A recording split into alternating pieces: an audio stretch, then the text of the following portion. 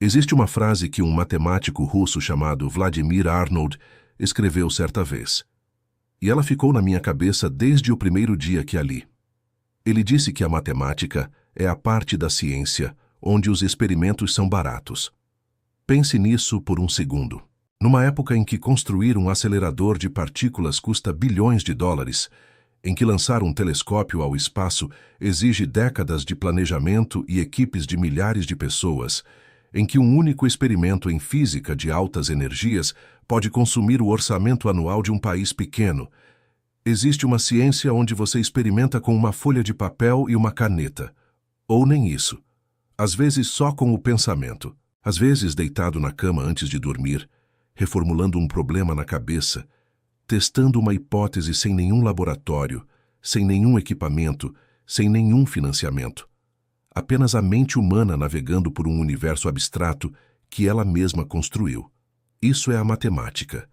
E quanto mais fundo você mergulha nela, mais você percebe que esse universo abstrato não é tão separado do universo físico quanto parece. Na verdade, a questão de onde um começa e o outro termina é uma das mais perturbadoras e fascinantes que a filosofia da ciência já produziu. Hoje eu quero falar sobre matemática de uma forma que talvez você nunca tenha ouvido falar antes.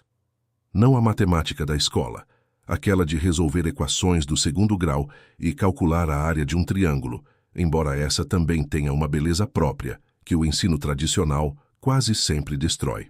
Eu quero falar sobre a matemática, como ela realmente é vivida pelos matemáticos profissionais, sobre os problemas que ficam décadas sem solução e os que ficam séculos, sobre as descobertas feitas por pura curiosidade que décadas depois se revelaram fundamentais para tecnologias que você usa todos os dias, sobre os padrões escondidos nos números que parecem simples demais para ser tão difíceis, sobre a relação entre a ordem e o caos, entre a certeza absoluta e a incerteza radical, e sobre o que a matemática pode ou não pode nos dizer sobre as questões mais profundas da existência, incluindo se o universo em que vivemos é real ou apenas uma simulação rodando em algum computador incompreensível.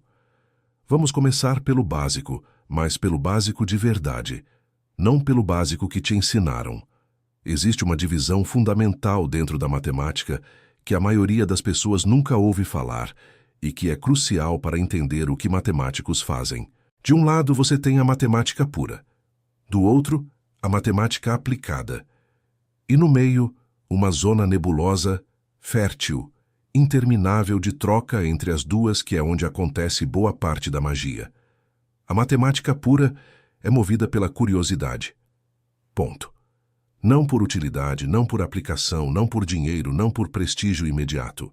O matemático puro vê um padrão em alguma estrutura abstrata, seja nos números inteiros, seja em formas geométricas, seja em coleções de objetos que seguem certas regras, e ele quer saber, esse padrão continua?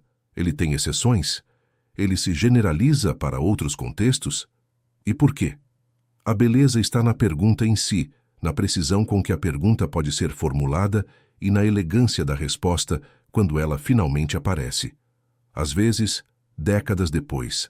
Às vezes, séculos depois. Às vezes a resposta nunca aparece, e o matemático morre deixando a pergunta para as próximas gerações. A matemática aplicada é diferente. Ela está interessada no que é matematicamente útil para cientistas e engenheiros. Um matemático aplicado pode passar anos desenvolvendo as equações que modelam o comportamento da atmosfera terrestre, ajudando meteorologistas a prever o tempo com mais precisão. Pode trabalhar em algoritmos de compressão de dados que permitem que você envie fotos e vídeos pelo celular sem que eles ocupem o espaço de um arquivo de texto. Pode desenvolver métodos estatísticos que permitem que pesquisadores clínicos determinem se um medicamento funciona, sem precisar testar toda a população do planeta. A matemática aplicada ainda tem muito de teoria, mas ela está constantemente olhando para a janela do lado de fora, perguntando: isso aqui, essa estrutura que estou analisando, tem alguma coisa a ver com o mundo real? Mas aqui está o ponto que vai mudar a forma como você pensa sobre isso. A linha entre pura e aplicada É muito mais porosa do que parece. A história da matemática está cheia de casos em que alguém passou anos, décadas, mergulhado num problema de matemática pura que parecia não ter nenhuma conexão com a realidade, e de repente a física ou a engenharia bate na porta e diz: sabe aquela coisa que você desenvolveu por pura diversidade intelectual? Precisamos muito disso aqui. Isso não é coincidência. Isso revela algo profundo sobre a natureza do universo, e voltaremos a esse ponto mais adiante. Mas antes de ir mais fundo na questão filosófica, preciso falar sobre algo que os matemáticos chamam de modelos simplificados intencionalmente. Em inglês, existe um jargão clássico para isso que ficou famoso entre os físicos: a vaca esférica. A ideia é a seguinte: o mundo real é complicado demais para ser modelado perfeitamente. Se você tentar incorporar cada detalhe de um sistema físico nas suas equações, você vai se afogar em complexidade antes de encontrar qualquer resposta útil. Então, você simplifica. Você pega uma vaca, que é um objeto biológico extremamente complexo, com 4 patas, uma cabeça, um rabo, órgãos internos, um sistema digestivo elaborado, e você a substitui por uma esfera lisa, perfeitamente redonda, sem atrito, sem perdas. Obviamente, isso não é uma vaca de verdade, mas é um ponto de partida. E o que esse ponto de partida faz por você? Ele te dá os limites do problema. Se você quer maximizar a produção de leite de uma vaca, a esfera te diz o máximo teórico possível, porque a esfera é a forma geométrica que maximiza o volume interno para uma dada área de superfície. Quando você adiciona as patas, a cabeça, o rabo, os órgãos, você está subtraindo desse máximo. Cada detalhe que você adiciona de volta reduz o número. Mas agora você tem uma referência. Sabe que não vai superar o valor da esfera. Sabe que está trabalhando sempre abaixo de um teto bem definido. E à medida que vai adicionando mais detalhes ao modelo, vai chegando progressivamente mais perto da realidade, enquanto mantém o controle matemático do problema.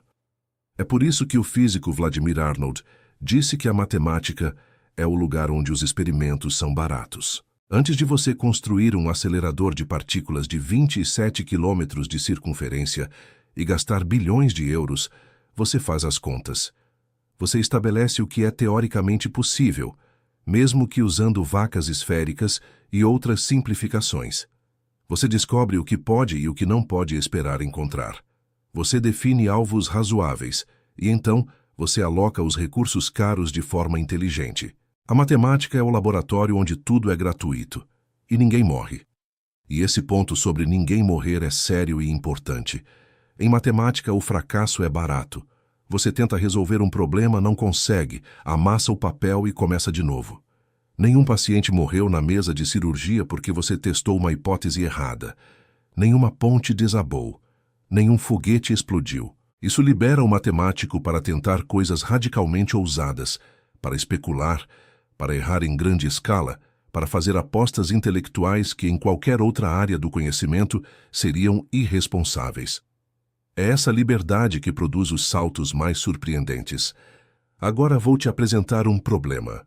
Um problema simples o suficiente para que qualquer pessoa com ensino fundamental consiga entender o enunciado, mas que desafia os maiores matemáticos do mundo há pelo menos 100 anos, possivelmente mais. Esse problema tem nome. É chamado de conjectura de Collatz. Também é conhecido como a conjectura das pedras de granizo, e o motivo desse segundo nome vai ficar claro em instantes. O problema funciona assim. Você me dá um número inteiro positivo. Qualquer número. Pode ser seu número favorito. Pode ser o ano do seu nascimento. Pode ser o número da sua casa. Pode ser qualquer número inteiro maior que 0. Agora seguimos uma regra simples. Se o número é par, dividimos por 2. Se o número é ímpar, multiplicamos por 3 e somamos 1. Depois repetimos a operação com o resultado e continuamos repetindo indefinidamente. Vamos testar com o número 5. 5 é ímpar, então multiplicamos por 3 e somamos 1. 3 vezes 5 é 15, mais 1 é 16. Agora temos 16. 16 é par, então dividimos por 2. 8. 8 é par, dividimos por 2, 4. 4 é par, dividimos por 2, 2. 2 é par, dividimos por 2, 1. 1 é ímpar. Então multiplicamos por 3 e somamos 1, 4. E agora estamos num ciclo. 4, 2, 1, 4, 2, 1, 4, 2, 1, para sempre. Agora tente com o número 27. 27 é ímpar, 82. 82 é par, 41. 41 é ímpar, 124. 124 é par, 62. 62 é par, 31. 31 é ímpar, 94. E assim por diante. O número 27, antes de finalmente cair para o ciclo 1, 2, 4, chega a atingir o pico de 944. 944, a partir do número 27. Depois desce. Depois sobe de novo. Depois desce de novo. Eventualmente chega a 1. A conjectura de Collatz diz simplesmente que todo número inteiro positivo, eventualmente, chega ao ciclo 1, 2, 4. Sem exceção. Não importa quão grande seja o número. Não importa quantas vezes ele suba antes de descer. No final sempre termina em 1. Isso parece óbvio, não é? Parece uma dessas coisas que você lê e pensa. Bem, claro que sim, por que não seria? E é exatamente essa sensação de obviedade que torna o problema tão traiçoeiro. Porque essa conjectura foi verificada computacionalmente para todos os números até aproximadamente 20 quintilhões. 20 seguido de 18 zeros. Para cada um desses números, a sequência eventualmente chegou ao ciclo 1, 2, 4. Não houve uma única exceção. E ainda assim, matematicamente falando, não temos prova. Não há demonstração. Isso significa que, da perspectiva da matemática rigorosa, ainda existe a possibilidade de que exista algum número absurdamente grande, algum número que nenhum computador jamais testou, que simplesmente não cai nunca, que fica subindo, descendo, subindo de novo, mas nunca chega ao 1, ou que cai num ciclo diferente, um ciclo que não é o 1, 2, 4. É aqui que entra o nome pedras de granizo. Existe um modelo simplificado, uma vaca esférica, de como o granizo se forma nas nuvens de tempestade. Uma pequena partícula de gelo começa a se formar. Correntes de ar quente a empurram para cima, onde o ar é mais frio e mais gelo se acumula ao redor dela. Então ela desce um pouco, onde o ar é mais quente e uma camada pode derreter. Então sobe de novo. Assim a pedra de granizo vai crescendo em camadas concêntricas enquanto sobe e desce dentro da nuvem, até ficar pesada demais para as correntes de ar a sustentar, e então cai. Todas as pedras de granizo, eventualmente, caem. Toda pedra de granizo acaba tocando o chão. Mas existe a possibilidade teórica, por menor que seja, de que uma pedra de granizo absolutamente extraordinária, por um conjunto improvável de coincidências, sempre acabe sendo empurrada para cima no momento certo, nunca caindo, ficando na nuvem para sempre. Isso é estatisticamente possível. É implausível, mas possível. E é exatamente esse tipo de possibilidade que a conjectura de Collatz carrega em seu núcleo. Poderia existir um número que, por alguma sequência extraordinária de azar ou de sorte, dependendo de como você olha, simplesmente nunca caia para o 1. O que torna a conjectura tão perturbadora é que ela nasce de uma operação elementar. Par divido por 2. Ímpar multiplica por 3 e soma 1. Qualquer criança do terceiro ano consegue executar essa operação. Mas quando você a itera, quando você a repete centenas, milhares, milhões de vezes, emerge uma complexidade estonteante. Isso não é um acidente. Isso é um fenômeno que os matemáticos chamam de caos, e ele aparece em toda parte na natureza. Regras simples, repetidas muitas vezes, geram complexidade aparentemente ilimitada. A divisão celular, por exemplo, é um processo relativamente simples. Uma célula se duplica copiando seu DNA. Mas repita isso bilhões de vezes, ao longo de bilhões de anos, em condições variáveis, e você tem a biodiversidade inteira da Terra. Toda a complexidade da vida emergindo de uma operação fundamentalmente simples. Um dos maiores matemáticos vivos do mundo, Terence Tao, professor na Universidade da Califórnia, em Los Angeles, e um dos poucos matemáticos a ter recebido a medalha Fields, que é essencialmente o Nobel da Matemática, trabalhou na conjectura de Collatz alguns anos atrás. E ele conseguiu um resultado parcial, que na matemática é um troféu legítimo, mesmo sem resolver o problema completamente. Tao demonstrou que, para qualquer número muito grande, como por exemplo 10 elevado a 20, 99% de todos os números daquela magnitude se tornam muito menores do que onde começaram, ao seguir as regras da conjectura. Ele não conseguiu mostrar que chegam a 1, mas mostrou que encolhem drasticamente. Isso não é resolver o problema, mas é um passo enorme. É como, em vez de provar que todas as pedras de granizo caem, você provar que 99% de todas elas ficam muito mais baixas do que seu ponto máximo. Não é a vitória final, mas é iluminador. E aqui está uma lição fundamental sobre como a matemática funciona na prática. O progresso parcial tem valor enorme. Cada resultado parcial revela algo da estrutura do problema. Fecha alguns caminhos, abre outros.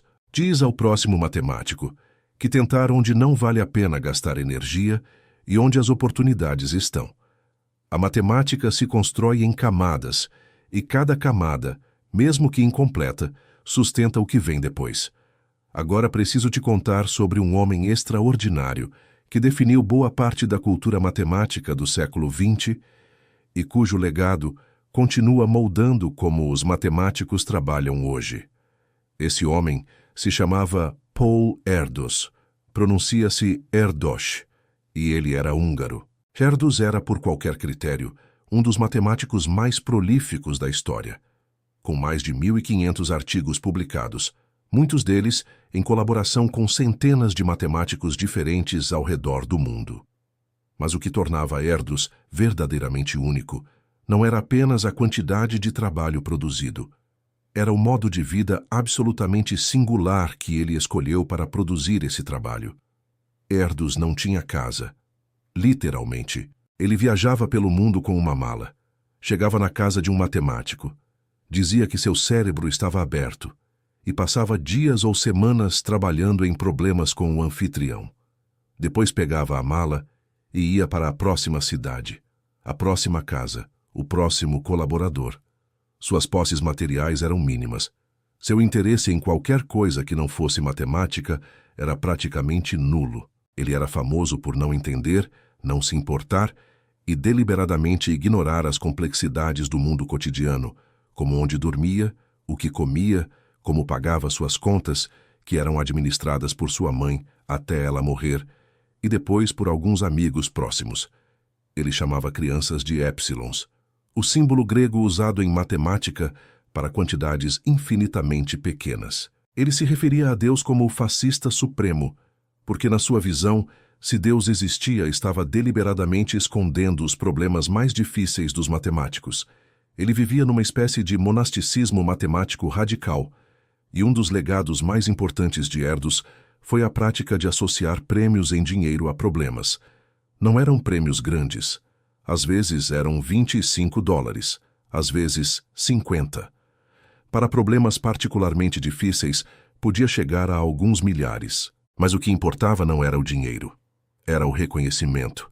Quando você resolve um problema de Erdős e recebe um cheque assinado por ele, você emoldura esse cheque e o coloca na parede do seu escritório. Você não o deposita no banco.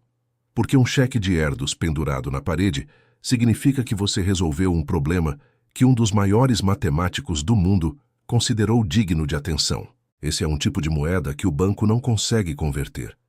Após a morte de Erdős, em 1996, seus herdeiros matemáticos honraram os cheques que chegavam a ser trocados, porque alguns foram apresentados a bancos.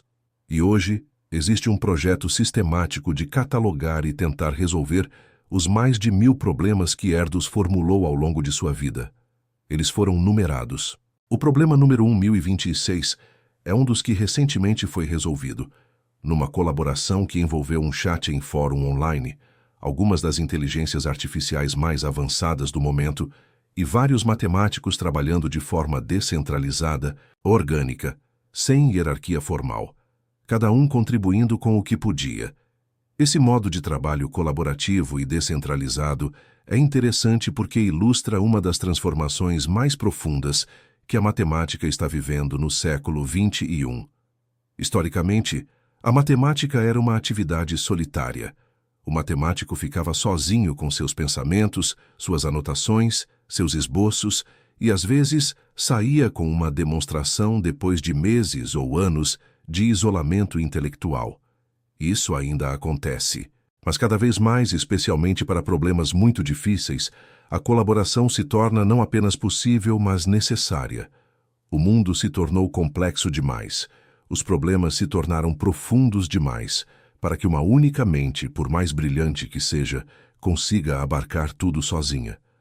E aqui é onde a matemática se conecta com algo que o físico Eugene Wigner chamou, numa frase que ficou famosa na filosofia da ciência, de a eficácia irracional da matemática nas ciências físicas.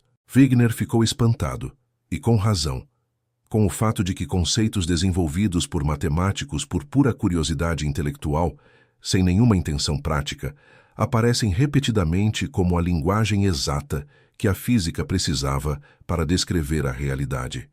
O exemplo mais bonito disso é a história da geometria não euclidiana. Durante séculos, desde a Grécia Antiga, os matemáticos trabalharam dentro do sistema de geometria formulado por Euclides por volta de 300 a.C.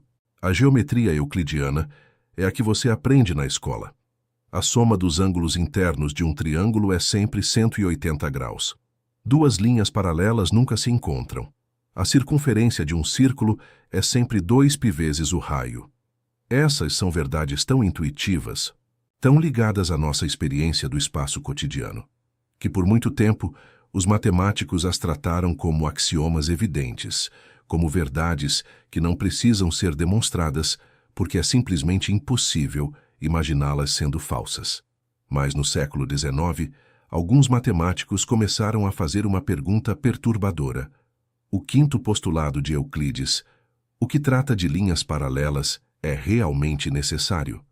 O que acontece se você construir uma geometria que abre mão dele? O que acontece se você assume que, dado um ponto fora de uma linha, existem múltiplas linhas paralelas passando por esse ponto, e não apenas uma, como Euclides dizia? Ou então que não existem paralelas nenhuma? A resposta é que você obtém geometrias completamente diferentes e internamente consistentes. Na geometria hiperbólica, onde múltiplas paralelas coexistem, a soma dos ângulos de um triângulo é sempre menor que 180 graus. Na geometria esférica, onde paralelas não existem, a soma dos ângulos de um triângulo é sempre maior que 180 graus. Se você desenhar um triângulo na superfície de uma esfera, como os meridianos e o equador de um globo terrestre, cada ângulo pode ser de 90 graus, e a soma total chega a 270 graus. Essas geometrias pareciam ser pura fantasia matemática, universos abstratos que não tinham nenhuma relação com o mundo físico onde vivemos. E então chegou Albert Einstein. Quando Einstein começou a desenvolver a teoria da relatividade geral, no início do século XX, ele precisava de uma matemática capaz de descrever o espaço curvado pela gravidade.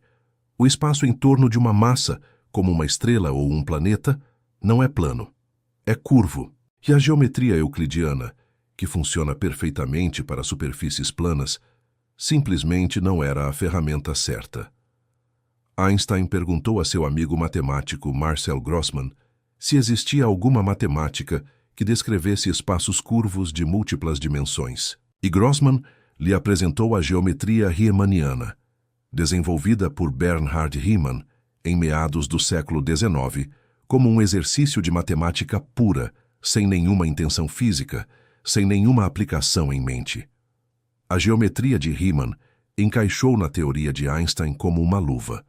Com uma precisão surpreendente, ela forneceu exatamente a linguagem que a física precisava para descrever como a massa curva o espaço-tempo e como essa curvatura determina o movimento dos corpos. Sem a geometria não euclidiana desenvolvida por curiosidade pura décadas antes, a relatividade geral teria precisado inventar suas próprias ferramentas matemáticas do zero, o que poderia ter atrasado o desenvolvimento da teoria por décadas.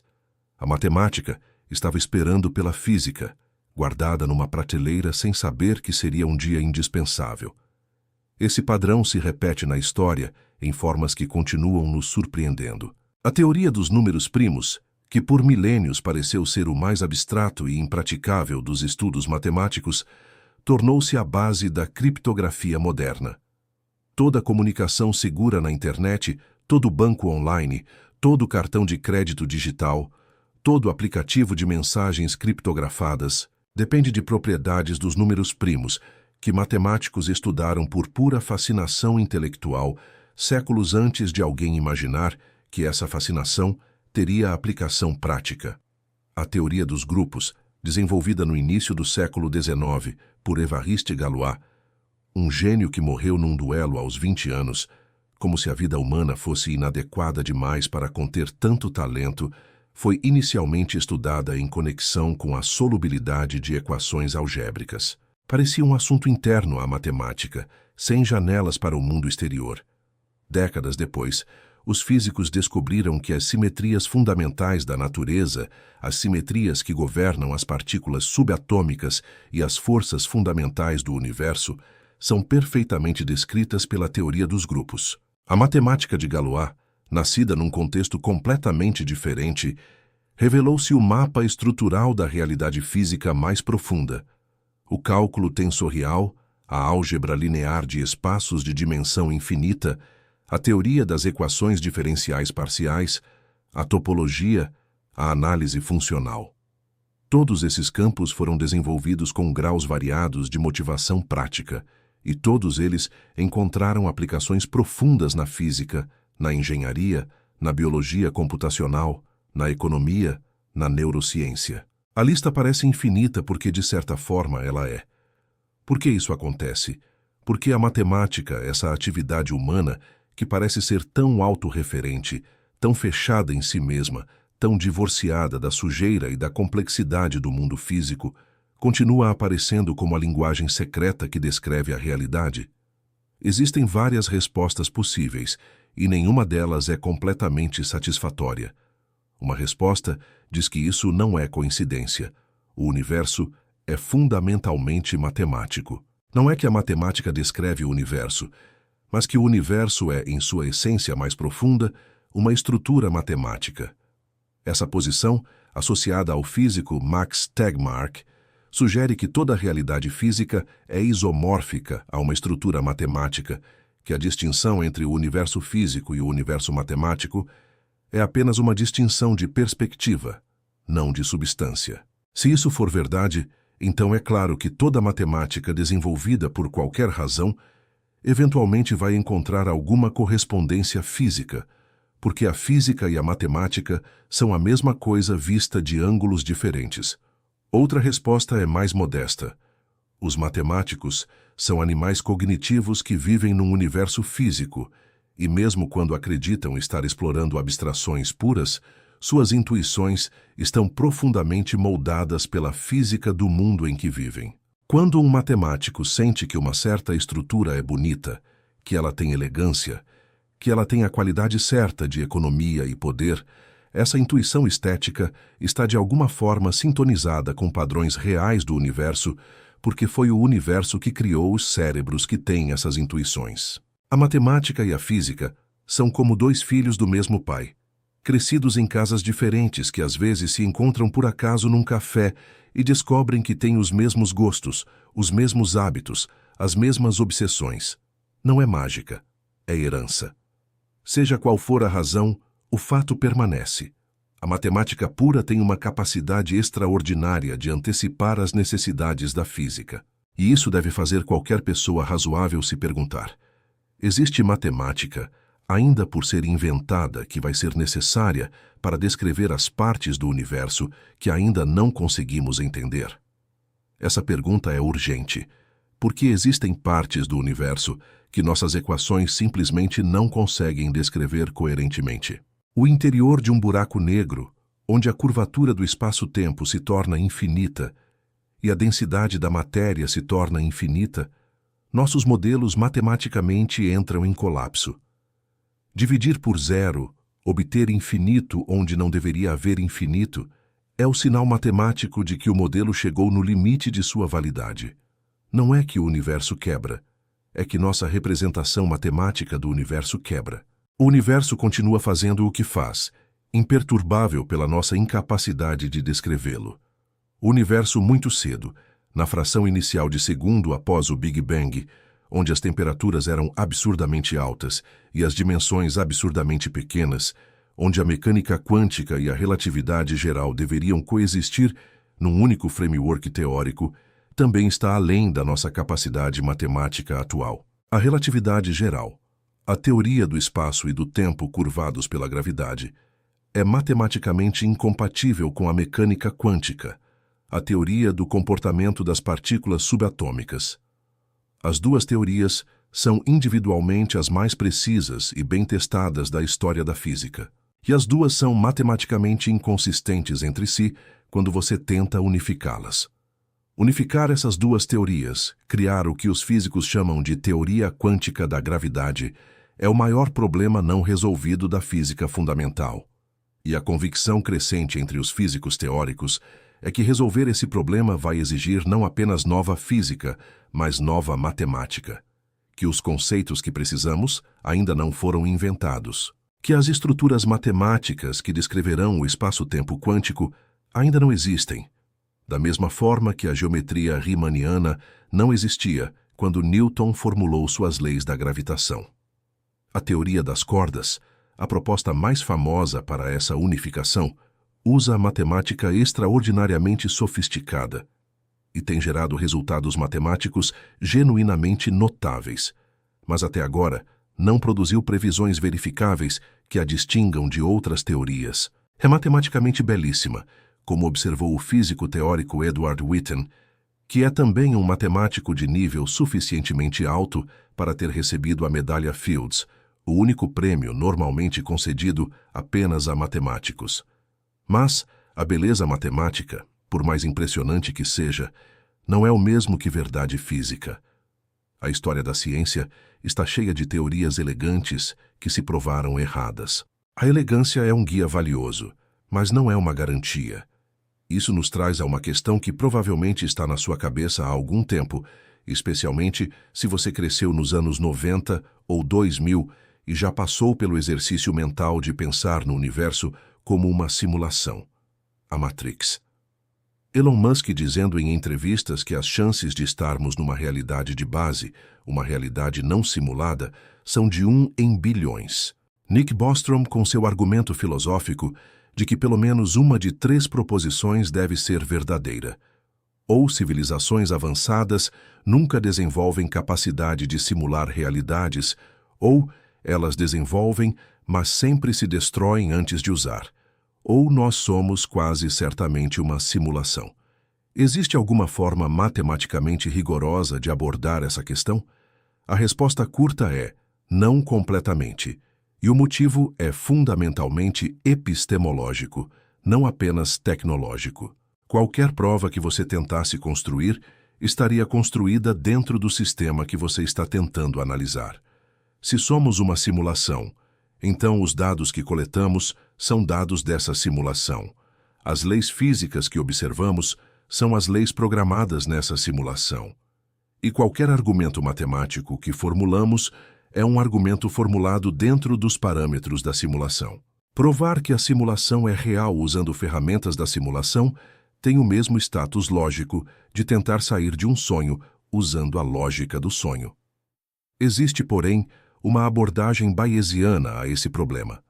O bayesianismo é um framework estatístico poderoso baseado no Teorema de Bayes, que fornece uma forma matematicamente rigorosa de atualizar crenças à medida que novos dados chegam. No raciocínio bayesiano, você começa com probabilidades a priori, suas estimativas de quão provável é cada hipótese antes de ver os dados, e então usa os dados para atualizar essas probabilidades, elevando-as de hipóteses confirmadas e rebaixando-as de hipóteses refutadas. Em princípio, você poderia aplicar esse raciocínio à hipótese da simulação. Mas o problema prático é enorme. Para estabelecer probabilidades razoáveis, você precisaria saber quantas civilizações avançadas existem no universo observável, que fração delas desenvolveu simulações, quantas realidades simuladas cada uma criou, e se as leis físicas de simulações tendem a se parecer com as do nosso universo ou não. Nenhuma dessas informações está disponível. As incertezas são tão grandes e tão fundamentais que qualquer cálculo bayesiano seria dominado pelas suposições a priori, não pelos dados. Você basicamente escolhe as probabilidades a priori que quer e o cálculo te devolve o que você já acreditava. Existe uma reflexão interessante, porém, que alguns físicos mencionaram. Se o universo é uma simulação, quem quer que tenha programado essa simulação estabeleceu os parâmetros dela. Definiu a velocidade máxima que qualquer coisa pode atingir, a velocidade da luz. Definiu as constantes fundamentais que determinam a força das interações eletromagnéticas, fracas e fortes. Definiu a resolução da realidade, que chamamos de escala de Planck, abaixo da qual o espaço e o tempo perdem significado no nosso entendimento atual. E aqui está a questão provocadora. E se esses limites fossem os limites de memória ou de poder computacional do simulador? Se a velocidade da luz é um limite absoluto, não porque a física exige, mas porque o computador que roda a simulação não consegue processar interações mais rápidas que isso? Se a escala de Planck é onde os pixels do universo começam a aparecer porque a resolução do simulador não vai além, essa ideia é especulativa, evidentemente. Mas é interessante porque é testável em princípio. Se o universo é uma simulação com limites de resolução, poderíamos esperar encontrar, ao observar fenômenos de altíssima energia, algum comportamento anômalo, algum cutoff abrupto, alguma irregularidade que não encontre explicação física natural, mas que faça sentido como um artefato computacional. Até agora não encontramos nada parecido. O universo, em todas as escalas que conseguimos observar, parece matematicamente consistente e sem costuras visíveis. Se há um programador, ele é extraordinariamente meticuloso. Não é uma simulação feita com pressa por alguma civilização adolescente em fins de semana. Mas deixando a hipótese da simulação de lado, há uma questão mais imediata sobre matemática e ensino que merece atenção, porque ela afeta diretamente bilhões de pessoas que tiveram experiências ruins com matemática na escola e cresceram convencidas de que são matematicamente incapazes. Essa convicção é, na esmagadora maioria dos casos, falsa. E o dano que causa é real. O problema com o ensino de matemática tem múltiplas camadas. Uma delas é a falta de professores verdadeiramente qualificados e apaixonados. Não é culpa dos professores individualmente que trabalham em condições difíceis com remuneração inadequada. É um problema sistêmico de como as sociedades valorizam o conhecimento e quem o transmite. Mas o efeito é real. Quando você aprende matemática com alguém que está claramente desengajado, que apresenta os conteúdos de forma mecânica, que trata os erros dos alunos como defeitos de caráter, você aprende que matemática é uma série de procedimentos a serem memorizados, não um conjunto de ideias a serem compreendidas. Outra camada é a crença generalizada de que matemática é uma coisa que você ou tem ou não tem, que existe um gene para matemática e quem não nasceu com ele simplesmente está fora do jogo. Isso é profundamente falso. Existe uma diferença real entre as pessoas mais talentosas em matemática e o resto da população, como existe diferença entre os melhores músicos e o resto da população em música. Mas isso não significa que a maioria das pessoas não possa aprender matemática de forma genuína e profunda. Significa apenas que nem todo mundo vai ser Terence Tao ou Mariam Mirzakhani, assim como nem todo mundo vai ser Miles Davis. Mas todo mundo pode aprender a ouvir jazz de forma inteligente. A questão fundamental que Terence Tao levanta sobre o ensino de matemática é que pessoas diferentes aprendem de formas diferentes. E o ensino tradicional usa basicamente uma única abordagem para turmas de 30 ou 40 alunos. Algumas pessoas são aprendizes visuais, precisam ver imagens, diagramas, animações, para que os conceitos se cristalizem. Outras são aprendizes narrativos, precisam de uma história, de um contexto, de um personagem com um problema a resolver. Outras são aprendizes simbólicos, se sentem confortáveis com a abstração dos símbolos e manipulam equações com naturalidade. Outras precisam de competição, de jogos, de desafios com adversários. Outros precisam de colaboração, de construir entendimento em grupo. O ensino tradicional de matemática favorece quase exclusivamente um desses perfis, o simbólico e o procedimental. E isso é uma catástrofe cognitiva de enorme escala, porque o que está sendo ensinado não é matemática como ela realmente é.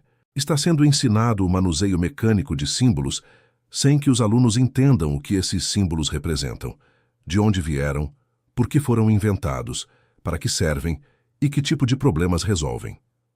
Há uma tendência crescente em matemática educacional de trabalhar com múltiplas representações do mesmo conceito, mostrar a mesma ideia através de uma imagem, depois através de uma história, depois através de símbolos, depois através de um jogo, depois pedindo ao aluno para escrever uma breve explicação do comportamento de uma função em linguagem natural, como sugeria o livro mencionado naquela gravação que me motivou a falar sobre isso hoje. Esse exercício de escrever sobre o comportamento de uma função é extraordinariamente poderoso porque força o aluno a articular sua intuição em linguagem. E articular em linguagem significa que você realmente entendeu algo, não apenas memorizou um procedimento. A intuição matemática é um músculo que pode ser desenvolvido e que pode atrofiar se nunca for exercitado. E a escola tradicional frequentemente atrofia esse músculo ao substituir intuição por memorização de procedimentos. O estudante aprende que para resolver um sistema de duas equações lineares com duas incógnitas, você faz isso e aquilo numa sequência específica de passos. Mas não aprende o que um sistema de equações realmente significa geometricamente, que é a interseção de duas retas num plano. Não aprende por que o método funciona. Não desenvolve a capacidade de reconhecer quando um problema à sua frente pode ser modelado por um sistema de equações. Existe outro aspecto do trabalho matemático que é quase nunca discutido fora das conversas entre matemáticos e que é fundamental para entender como o progresso realmente acontece. É o papel dos resultados negativos. Não no sentido de resultados ruins, mas no sentido de resultados que dizem o que não é verdade, o que não funciona, quais caminhos levam a becos sem saída. Em matemática, quando você está tentando provar um resultado que ainda não foi provado, uma das estratégias mais poderosas é tentar ativamente encontrar um contra-exemplo. Um contra-exemplo é um objeto específico que satisfaz todas as condições da sua hipótese, mas não satisfaz a conclusão que você quer provar. Se você encontra um contra-exemplo, o resultado que você estava tentando provar é falso. Mas essa é uma vitória, não uma derrota, porque o contra-exemplo te diz algo preciso. Ele te mostra exatamente onde sua hipótese é inadequada, o que você precisa adicionar ou modificar para que a conclusão se torne verdadeira. Ao comparar esse contra-exemplo com o problema real que você está tentando resolver, você pode identificar a diferença crucial. E essa diferença é frequentemente a chave que faltava. Tal descreveu isso de forma elegante.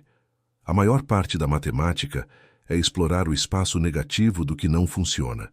Você mapeia os becos sem saída com tal precisão que o único caminho que sobra é o caminho correto. É uma abordagem sherlockiana. Elimine o impossível. E o que sobra, por mais improvável que pareça, é necessariamente verdadeiro. Isso também se conecta a uma sabedoria mais ampla sobre como abordar problemas difíceis, que não é exclusiva da matemática, mas que a matemática exemplifica de forma particularmente pura. Nunca fique emocionalmente preso a uma hipótese. A armadilha mais comum de quem trabalha em problemas difíceis é se apaixonar pela hipótese inicial. Você investe meses formulando uma conjectura elegante, desenvolvendo intuições sobre por que ela deve ser verdadeira, construindo um edifício intelectual inteiro em cima dela. E quando os dados ou os raciocínios começam a sugerir que ela pode estar errada, A resistência emocional é enorme. Você encontra razões para desconsiderar os dados contraditórios, para interpretar os problemas como falhas temporárias que serão resolvidas com mais esforço, para se convencer de que a intuição está certa e os contra-exemplos devem estar errados de alguma forma. Esse fenômeno não é fraqueza humana a ser eliminada. É profundamente humano e entendê-lo e compensá-lo ativamente é uma habilidade intelectual de alto nível. Os melhores matemáticos desenvolvem a capacidade de defender ativamente tanto a hipótese que estão testando quanto sua negação, de trabalhar com igual vigor para provar que algo é verdade e para provar que é falso, e de se surpreender genuinamente com qualquer resposta que os dados fornecerem. Quero terminar voltando ao começo, mas por um caminho diferente. Comecei com a frase de Vladimir Arnold sobre experimentos baratos. Mas quero adicionar uma camada de complexidade a essa ideia. A matemática é o lugar onde os experimentos são baratos, não apenas porque você não precisa de equipamentos caros. É porque a matemática pode explorar universos que não existem fisicamente, universos com geometrias impossíveis na física real, universos com dimensões que nenhum telescópio jamais poderia observar, universos com leis que violam tudo o que sabemos sobre o espaço e o tempo. E aqui está o paradoxo belíssimo. Algumas dessas explorações de universos impossíveis se revelam, décadas depois, como descrições precisas do universo real. A geometria de um universo sem paralelas se revela a geometria do espaço curvo ao redor de uma estrela massiva. O álgebra de rotações num espaço de dimensão infinita se revela a linguagem correta para descrever o comportamento de elétrons dentro de átomos. A teoria dos nós matemáticos, o estudo de como laços podem ser entrelaçados e desfeitos em 3 dimensões, se revela relevante para a estrutura do DNA e para a topologia das partículas elementares. A matemática explora o possível. A física descobre o real.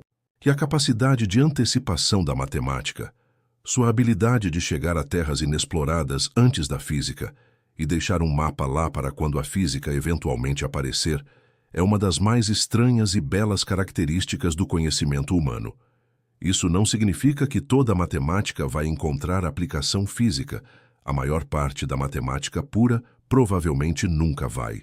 Mas a história nos ensinou que temos uma capacidade espantosamente ruim de prever qual matemática vai ser relevante para o mundo físico e qual não vai.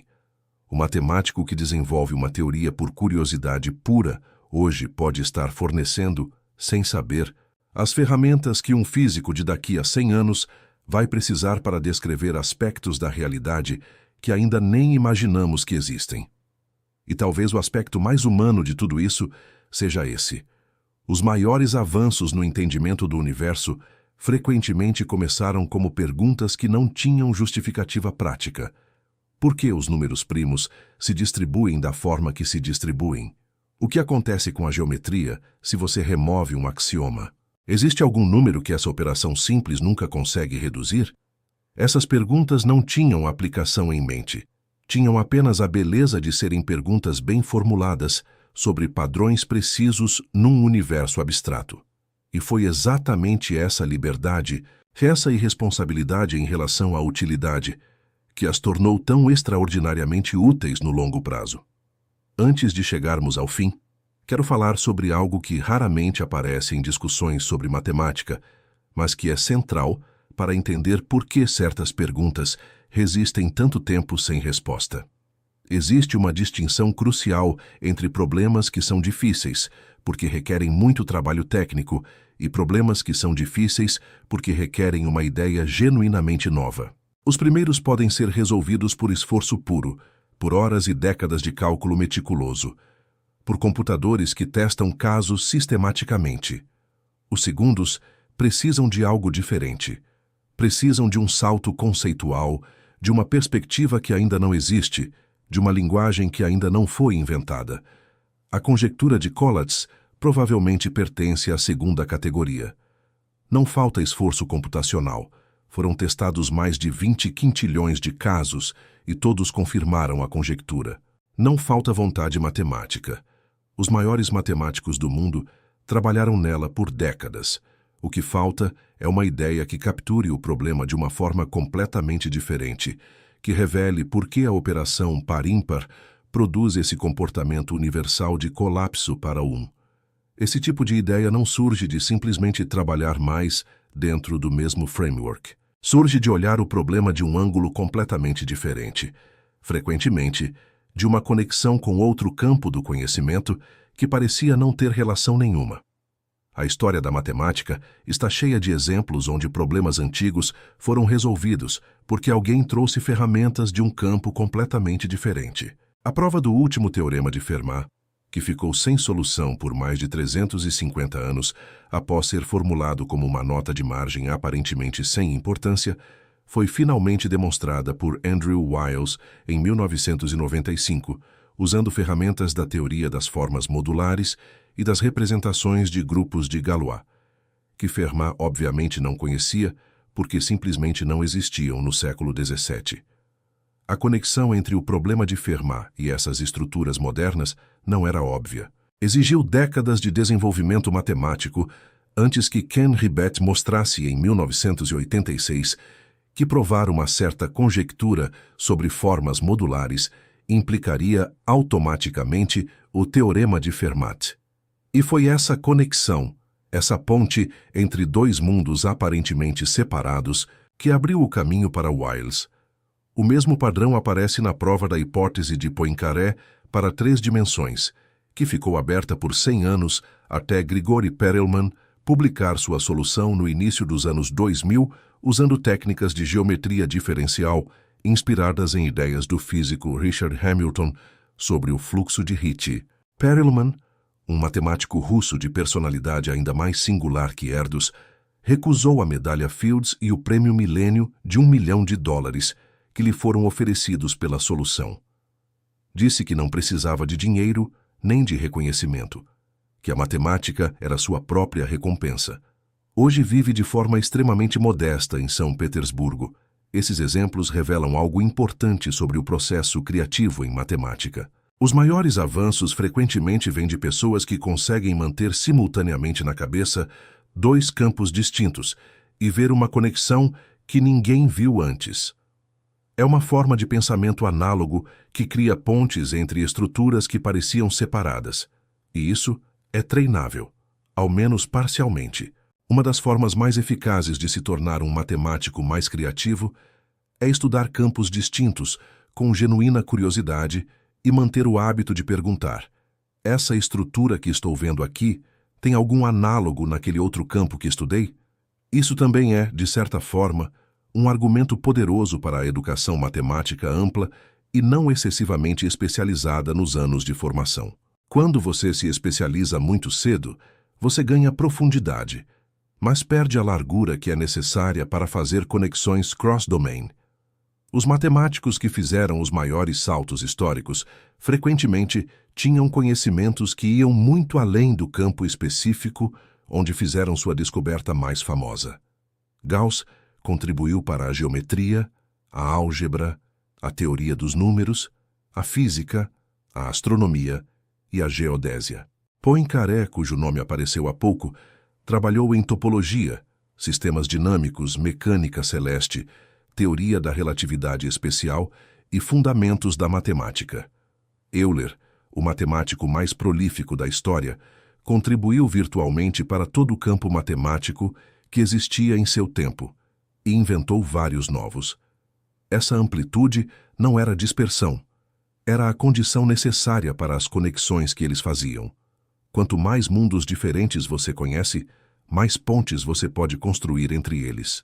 E as pontes, em matemática, frequentemente valem mais do que os territórios que elas conectam. Há outro aspecto do processo matemático que merece atenção: o papel do sono, da inconsciência e do que os matemáticos às vezes chamam de incubação. Existe uma experiência amplamente relatada entre matemáticos trabalhando em problemas difíceis. Você trabalha intensamente num problema por horas ou dias, sem progresso, fica frustrado, vai dormir ou sai para dar uma caminhada, ou simplesmente para de pensar naquilo conscientemente. E então, algumas horas depois, acordado no meio da noite, ou no meio de uma refeição ou no meio de uma conversa sobre um assunto completamente diferente, a resposta aparece. Não toda a resposta, às vezes, mas o passo que você estava precisando. A peça que faltava. A ideia nova. Isso não é apenas folclore matemático. É uma propriedade documentada do pensamento criativo que a psicologia cognitiva tem estudado extensivamente. Quando você trabalha conscientemente num problema difícil, você está ativando as partes do cérebro associadas ao pensamento analítico, ao raciocínio sequencial, à atenção focada. Mas quando você para de focar conscientemente, outras partes do cérebro continuam processando, fazendo conexões associativas entre conceitos que o pensamento focado não conectaria, testando configurações diferentes de informações de forma paralela e massiva.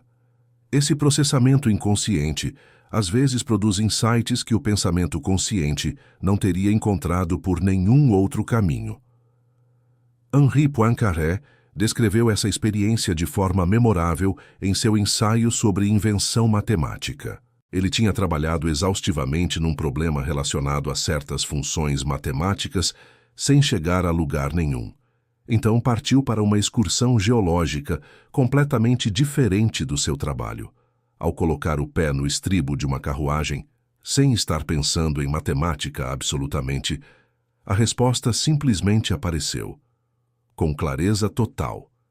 Ele descreveu essa sensação de certeza súbita, sem verificação, mas uma certeza que ele sabia que seria confirmada quando voltasse ao trabalho formal. E foi confirmada. Isso tem implicações práticas para qualquer pessoa que trabalhe com problemas difíceis, sejam eles matemáticos ou não. O descanso não é o oposto do trabalho intelectual, é parte dele.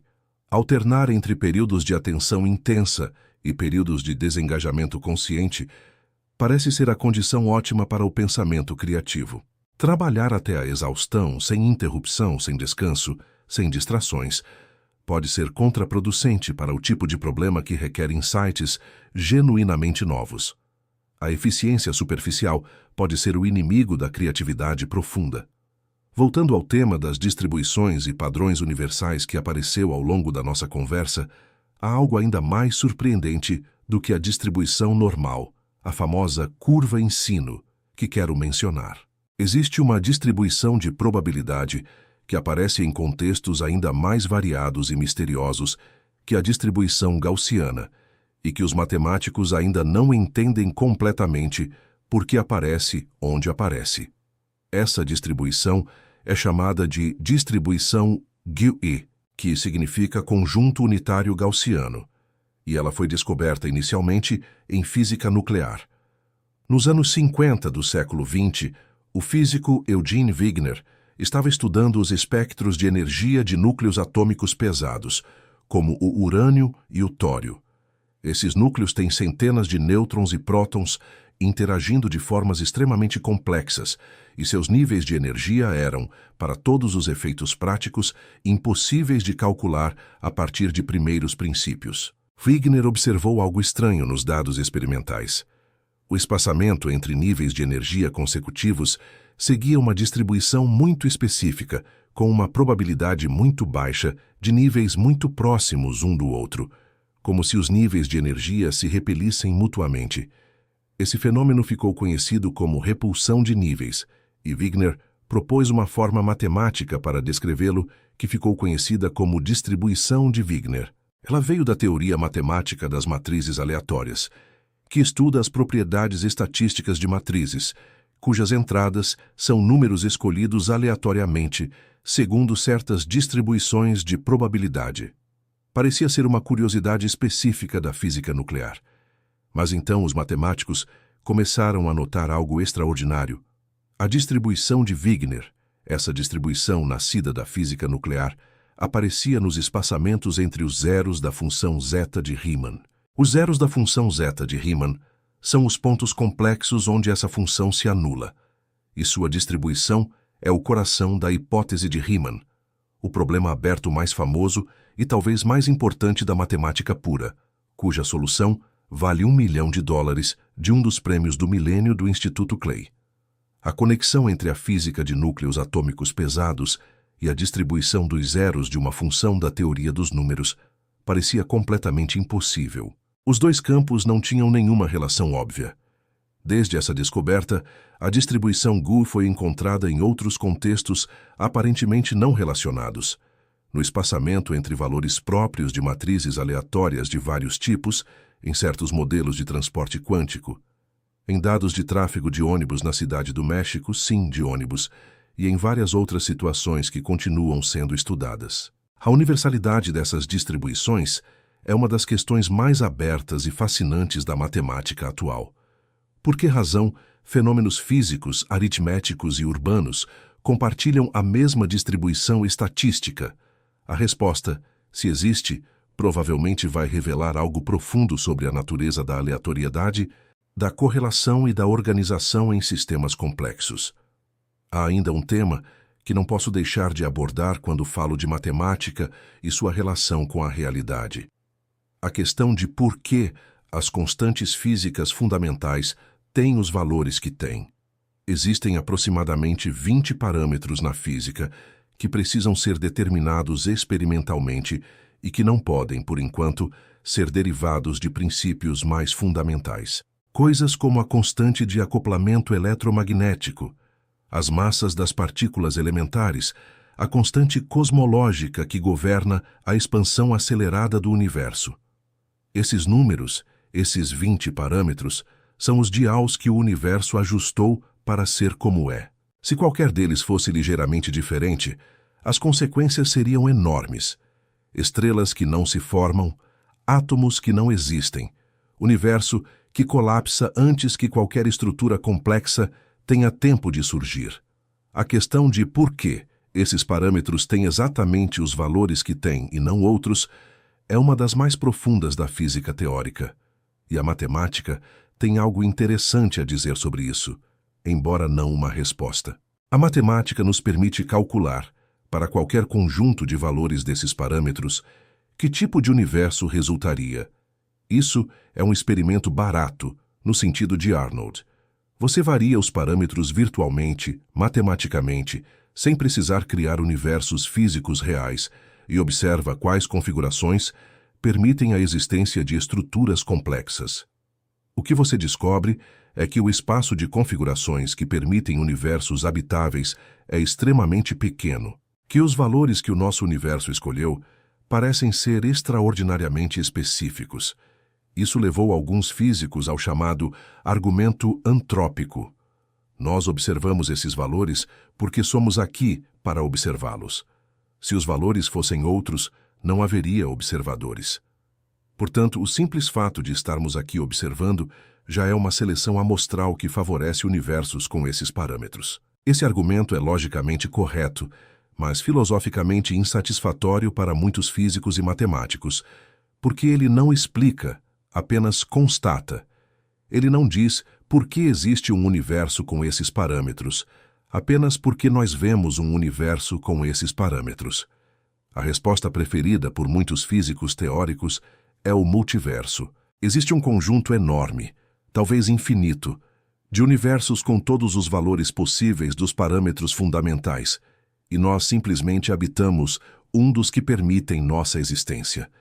A teoria das cordas, com sua proliferação de 10 elevado a 500 possíveis vacua, cada uma correspondendo a um universo com constantes físicas diferentes, fornece um mecanismo matemático pelo qual esse multiverso poderia existir. Mas o multiverso é, por definição, inacessível à observação direta. É uma hipótese que, ao menos com nossas ferramentas atuais, não pode ser testada empiricamente, o que a torna cientificamente problemática, embora matematicamente coerente. E aqui chegamos a uma das fronteiras mais interessantes e mais discutidas da filosofia da ciência contemporânea, onde termina a ciência e começa a metafísica. O multiverso é ciência ou especulação filosófica? A hipótese da simulação é ciência ou ficção científica? A questão de se o universo é fundamentalmente matemático é ciência ou filosofia? A matemática tem algo valioso a dizer sobre esse debate, não para resolvê-lo, mas para iluminá-lo. Em matemática, existe uma distinção fundamental entre o que pode ser provado dentro de um sistema formal e o que não pode. O matemático Kurt Gödel demonstrou em 1931, numa das descobertas mais perturbadoras da história do pensamento humano, que qualquer sistema formal suficientemente expressivo para conter a aritmética contém proposições verdadeiras que não podem ser provadas dentro do próprio sistema. Isso é o teorema da incompletude de Gödel. Todo sistema formal suficientemente poderoso tem seus próprios teoremas não decidíveis. O que isso significa para a física e para a ciência em geral? Significa que pode existir, e provavelmente existe, um conjunto de perguntas sobre o universo físico que são bem formuladas, que têm respostas definidas, mas que não podem ser respondidas por nenhum método científico que permaneça dentro do universo observável. Perguntas sobre o que existia antes do Big Bang. Perguntas sobre o que existe além do horizonte cosmológico. Perguntas sobre a estrutura do multiverso, se ele existir. Perguntas sobre os parâmetros fundamentais do universo e por que tem os valores que tem. Isso não é uma limitação temporária, uma questão de tecnologia insuficiente que futuras gerações vão superar com telescópios maiores e aceleradores mais poderosos. É uma limitação estrutural análoga à incompletude de Gödel, mas na física. Algumas perguntas são simplesmente indecidíveis dentro do sistema que habitamos. A frase de Arnold ressoa de uma forma diferente agora, após essa jornada. A matemática é o lugar onde os experimentos são baratos. E é também o lugar onde as apostas são eternas, onde um problema formulado hoje pode esperar séculos por sua solução, onde uma solução produzida hoje pode esperar séculos para ser compreendida em sua plena importância, onde o tempo funciona de forma diferente do que na física experimental, na engenharia, na medicina, nos outros lugares onde o conhecimento humano corre contra o relógio. Em matemática, você pode perder uma aposta e ainda vencer a guerra. Você pode morrer sem resolver o problema e ainda ter contribuído decisivamente para a sua solução. Você pode formular uma questão que parece irrelevante e estar sem saber, mapeando o território por onde a humanidade vai precisar caminhar daqui a 300 anos. Não há outra atividade humana que carregue essa qualidade de transtemporal, que esse senso de conversa que começa numa geração e termina em outra, que não existe de forma acabada, em nenhum momento específico, mas que vai se construindo ao longo do tempo de forma acumulativa, elegante, inexorável. Paul Erdős, aquele matemático nômade com uma mala e um cérebro sempre aberto, entendia isso de uma forma visceral. Ele não estava construindo uma carreira, estava participando de uma conversa entre humanos e os padrões do universo, mediada pela linguagem mais precisa que a humanidade já inventou. E ele convidava todo mundo para essa conversa, qualquer matemático de qualquer país, de qualquer geração, de qualquer formação. A conversa era maior do que qualquer indivíduo. E ela continua. Sempre que alguém, em algum lugar do mundo, pega um número qualquer, aplica a regra de Collatz e fica observando os números subirem e subirem de novo antes de finalmente pousar em um, está participando dessa conversa, mesmo que não saiba, mesmo que ache que está apenas brincando. A beleza da matemática é que brincar e descobrir frequentemente são a mesma coisa. E os experimentos, como Arnold nos lembrou, são baratos. Então ninguém precisa de permissão, ninguém precisa de laboratório, ninguém precisa de financiamento. Só precisa de uma pergunta que vale a pena fazer. E a matemática está cheia delas.